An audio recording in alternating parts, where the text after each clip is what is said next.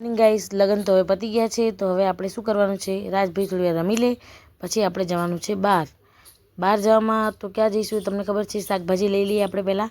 ચલો હવે રિક્ષામાં બેસી ગયા છીએ, રિક્ષામાં બેસી ગયા એટલે આપણે જવાનું છે આપણા ઘરે.